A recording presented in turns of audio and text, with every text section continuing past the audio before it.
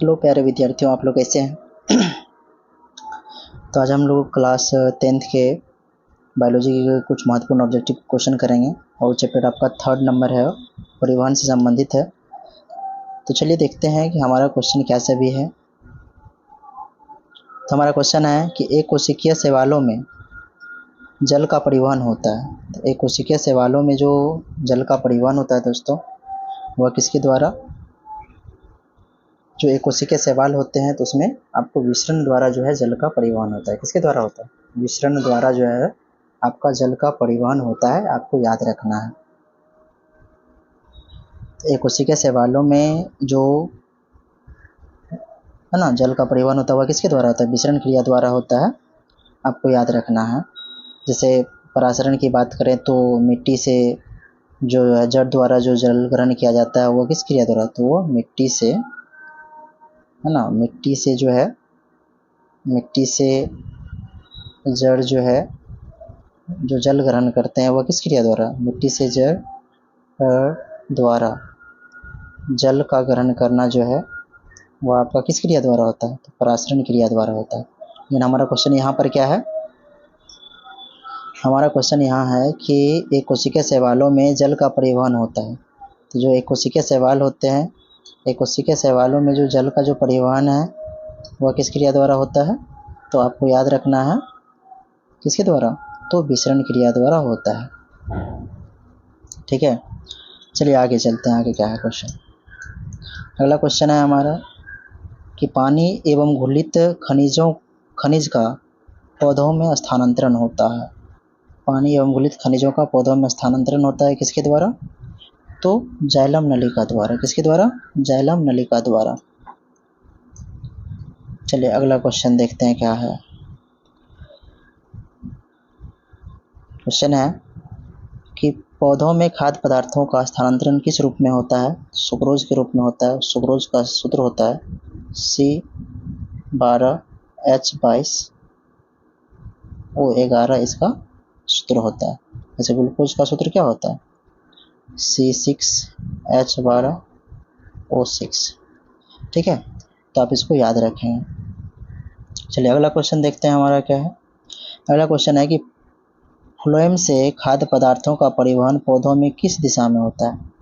तो फ्लोएम से खाद्य पदार्थों का जो परिवहन होता है पौधों में, वह जैसे फ्लोएम से खाद्य पदार्थ, जैसे आपको पता है कि जो फ्लोएम तक ना, जब जो पत्तियों में तैयार भोजन को क्या करता है, ये ऊपर और नीचे दोनों दिशाओं में परिवहन करता है। जबकि जो जाइलम उत्तक होते हैं, जाइलम उत्तक जो होते हैं वो क्या करते हैं? वह जल को, है ना, मिट्टी से जड़ द्वारा जो है, मतलब जल को क्या करता है? मिट्टी से कहाँ तक ले जाने का काम करता है? पत्तियों तक ले जाने का काम करता है। अगला क्वेश्चन है कि जल तथा घुलनशील लवण का मूल रूप से पत्तियों तक पहुंचाने की क्रिया किस उत्तक द्वारा होता है? तो ये हो जाएगा जाइलम के द्वारा। किसके द्वारा? जाइलम के द्वारा। चलिए अगला क्वेश्चन देखते हैं। करें कि रक्त इनमें किसकी उपस्थिति के कारण लाल दिखाई देता है? तो हीमोग्लोबिन के कारण रक्त लाल दिखाई देता है। अगला क्वेश्चन है कि शुद्ध या ऑक्सीजनित रक्त को हृदय के विभिन्न भागों में ले जाने वाली रक्त वाहिनी को क्या कहते हैं? उसको हम लोग धमनी कहते हैं। यानी कि हृदय से जो शुद्ध रक्त है उसको शरीर के विभिन्न भागों में ले जाने वाली जो रक्त वाहिनी है उसको हम लोग धमनी कहते हैं। चलिए अगला क्वेश्चन देखते हैं क्या हमारा। अगला क्वेश्चन है कि हृदय के वैसवों का शीतलन क्या कहलाता है? तो शीतलन डायस्टोल कहलाता है। जबकि संकुचन जो है, संकुचन वह क्या कहलाता है आपको? सिस्टोल कहलाता है।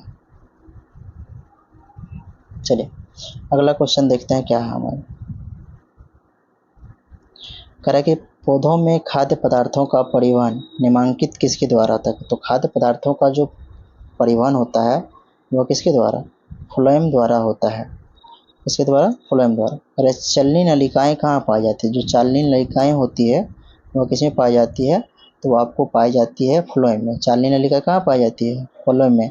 और इनका काम क्या होता है? खाद्य पदार्थों का स्थानांतरण करना। इनका क्या काम होता है?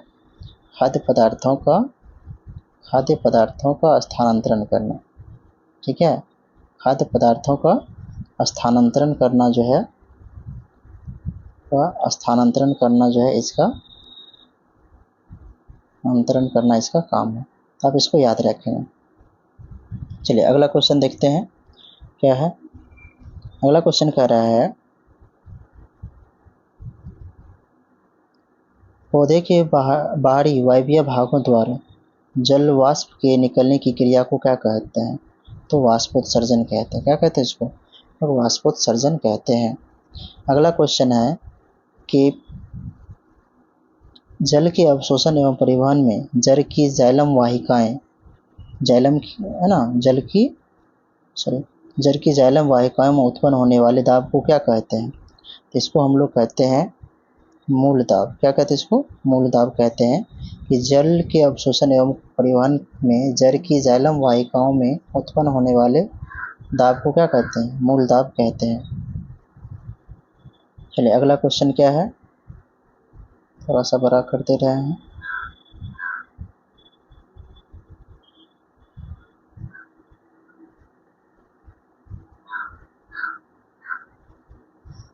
चलिए देखिए अगला क्वेश्चन हमारा क्या है। अगला क्वेश्चन है कि खनिज लवणों का अवशोषण पौधे किस रूप में करते हैं? तो जो खनिज लवणों का जो अवशोषण है वो पौधे किस रूप में करते हैं? तो आयन के रूप में करते हैं। इसको याद रखें। कह रहे कि औसतन एक पेड़ अपने जीवन काल में अपने भार के कितना गुना जल वाष्पोत्सर्जित करता है? तो 100 गुना, अपने भार का 100 गुना हो जाएगा। अगला क्वेश्चन है कि पौधों में खाद्य पदार्थों का स्थानांतरण किधर से किधर की ओर होता है? यानी कि इसकी जो पौधों में जो खाद्य पदार्थों का स्थानांतरण होता है वह अधिक सांद्रता वाले भाग से क्या होता है? कम सांद्रता वाले भाग की ओर होता है।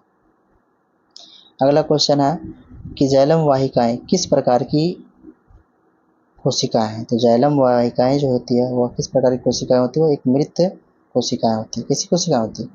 मृत कोशिकाएं होती है।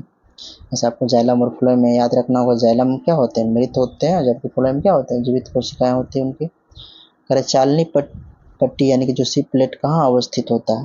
तो ये आपको याद रखना होगा, जो चालनी नलिकाओं के बीच में ये उपस्थित रहता है। ये चालनी पट्टी कहाँ उपस्थित रहता है? तो चालनी नलिकाओं के बीच में। और ये चालनी नलिका होते क्या है? जो फ्लोएम में पाए जाते हैं। कहाँ पाए जाते हैं? फ्लोएम में। चलिए अगला क्वेश्चन देखते हैं।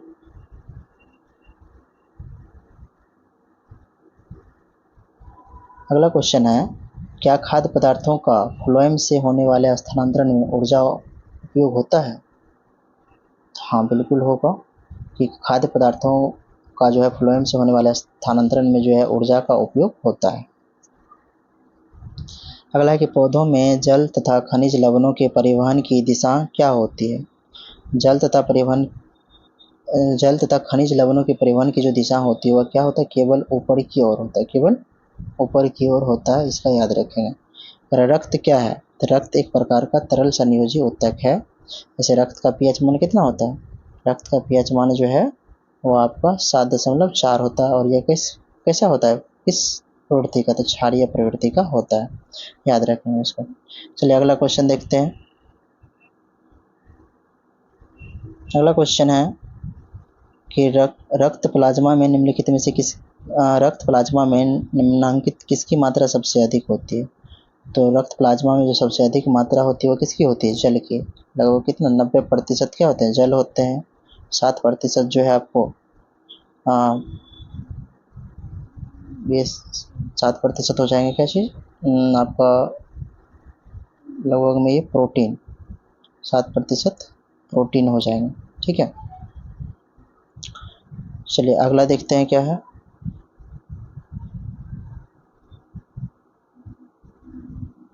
कह रहा है कि सीरम क्या कहलाता है? तो सीरम जो होता है वो क्या होता है? आपका जो फाइब्रिनोजिन रहित जो प्लाज्मा होता है, फाइब्रिनोजिन रहित प्लाज्मा क्या कहलाता है? मतलब ये रक्त थक्का बनने में क्या होता है? जो रक्त थक्का बनने के क्रम में क्या होता है? जो फाइब्रिनोजिन है वो क्या होता है? प्लाज्मा से अलग हो जाता है। इसलिए तो प्लाज्मा का जो शेष भाग होता है वो क्या कहलाता है? सीरम कहलाता है। उसके बाद है कि निम्नांकित कौन हृदय गति के दौरान हृदय और पेरिकार्डियल झिल्ली के बीच होने वाले संभावित घर्षण से बचाता है? तो वो क्या हो जाएगा, पेरिकार्डियल जो द्रव होते हैं वह। और आपको पता होना चाहिए कि जो हृदय होते हैं एक दोहरी झिल्ली से घिरी रहती है, एक दोहरी झिल्ली से जो है घिरी रहती है, दोहरी झिल्ली से वो क्या रहते हैं, घिरी रहती है, जिसको हम लोग क्या कहते हैं, है ना, प्लूरा मेम्ब्रेन कहते हैं, या पेराइटल पुल्रा के नाम से जानते हैं उसको, पेराइटल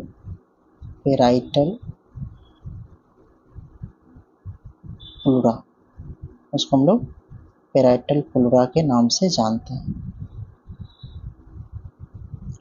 चलिए इसको याद रखें। अगला क्वेश्चन क्या है,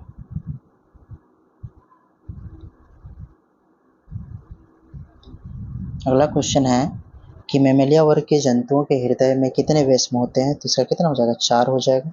कितने वेश्म होते हैं, 4 होते हैं। मतलब जो हृदय है, हृदय में कितने कोष्ठक होते हैं, यहाँ पर वेश्म बोलिए या कोष्ठक, तो हृदय में जो वेश्मों की संख्या है वह कितने हैं, 4 है। जिसमें कि आपको याद रखना होगा दायां अलिंद, दायां अलिंद,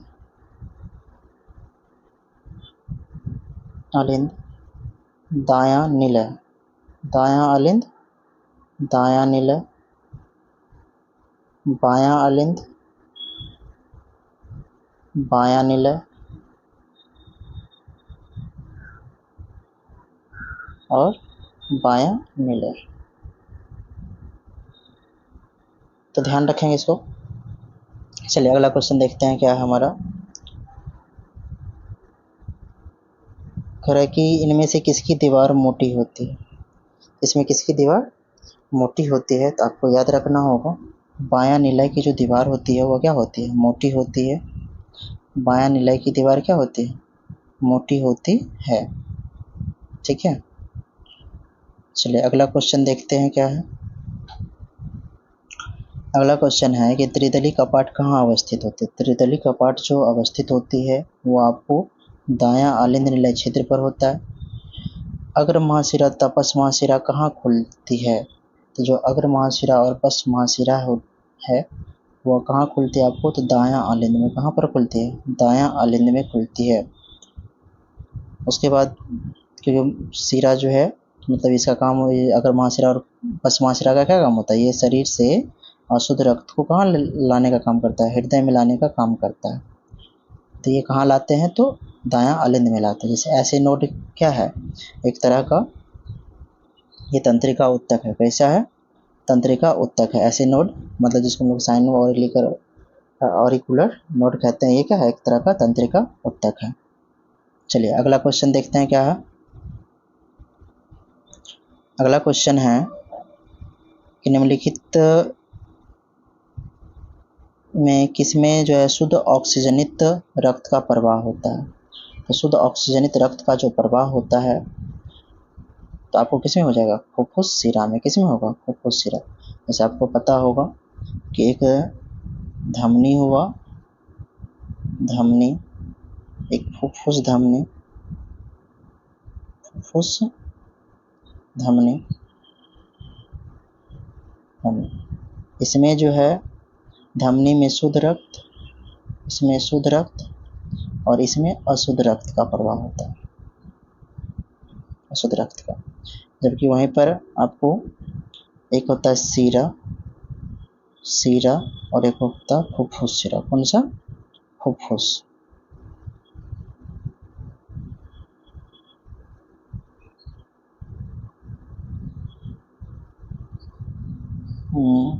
एक होता है आपका फुफ्फुस शिरा। तो ये इसका क्या काम होता है, ये क्या करते हैं, ये आपको क्या करते हैं, इसमें आपका अशुद्ध रक्त का प्रवाह होता है, अशुद्ध रक्त का, और इसमें होता है शुद्ध रक्त। इसको याद रखें। चलिए अगला क्वेश्चन देखते हैं क्या है हमारा। अगला क्वेश्चन कह रहा है, तो इसका 21 नंबर का सही ऑप्शन तो ये फुफ्फुस शिरा हो जाएगा। रक्तचाप का सामान्य से अधिक हो जाना क्या कहलाता है? हाइपरटेंशन कहलाता है। तो हाइपरटेंशन में क्या होता है, मतलब कि इसमें जो है जो धमनी होता है उसमें क्या होता है, रक्त का दाब अधिक हो जाता है। चलिए अगला क्वेश्चन क्या है,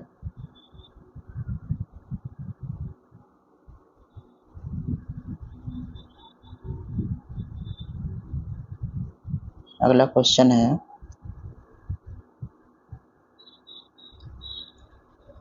उस श्रेणी के जंतुओं के शरीर का वह कौन सा तंत्र है जो carbon dioxide, oxygen, carbon dioxide, पोषक तत्वों या उपापचयी क्रियाफल से उत्पन्न पदार्थों को शरीर के एक भाग से दूसरे भाग में ले जाने का काम करता है? तो वो हुआ श्वसन तंत्र। कौन सा तंत्र?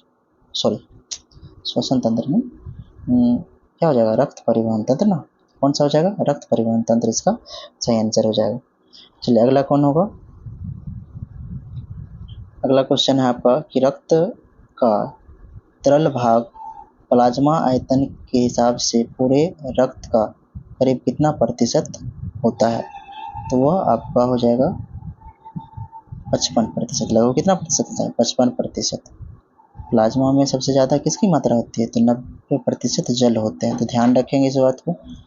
अगला क्वेश्चन है इनमें कौन रक्त को थक्का बनाने में सहायक होता है? तो रक्त को थक्का बनाने में कौन सहायक होता है? तो फाइब्रिनोजिन। कौन सा? फाइब्रिनोजिन जो है रक्त को थक्का बनाने में सहायक होता है। अगर इनमें से किसके कारण रक्त लाल दिखाई पड़ता है? तो हीमोग्लोबिन के कारण। और ऑक्सीजन का वाहक कौन होता है? तो वह हीमोग्लोबिन होता है। अगर फुफ्फुस चाप निम्नलिखित में से कहाँ से निकलती है? जो फुफ्फुस चाप होती है वो आपको कहाँ से निकलती है? तो दायां निलय से। कहाँ से निकलती है? दायां निलय से निकलती है। अगला क्वेश्चन है कि द्विदलीय कपाट कहाँ अवस्थित होता है? जो द्विदलीय कपाट होते हैं वो कहाँ अवस्थित होते हैं? तो आपका बायां अलिंद निलय छिद्र जो होता है वहाँ द्विदलीय कपाट उपस्थित होता है, जबकि दायां अलिंद पर क्या रहता है? त्रिदलीय कपाट। त्रिदलीय कपाट यहाँ रहता है। ठीक है, चलिए अगला क्वेश्चन देखते हैं। जैसे कि आपको पता होगा कि हीमोग्लोबिन जो है ये क्या होता है, ऑक्सीजन का वाहक होता है। ये ऑक्सीजन से अभिक्रिया करके क्या बनाता है? ये ऑक्सीजन से अभिक्रिया करके ऑक्सी हीमोग्लोबिन बनाता है। क्या बनाता है? Oxy haemoglobin. चलिए अगला क्वेश्चन देखते हैं कि महाधमनी चाप कहाँ से होती है? तो ये बायां निलय से। कहाँ से?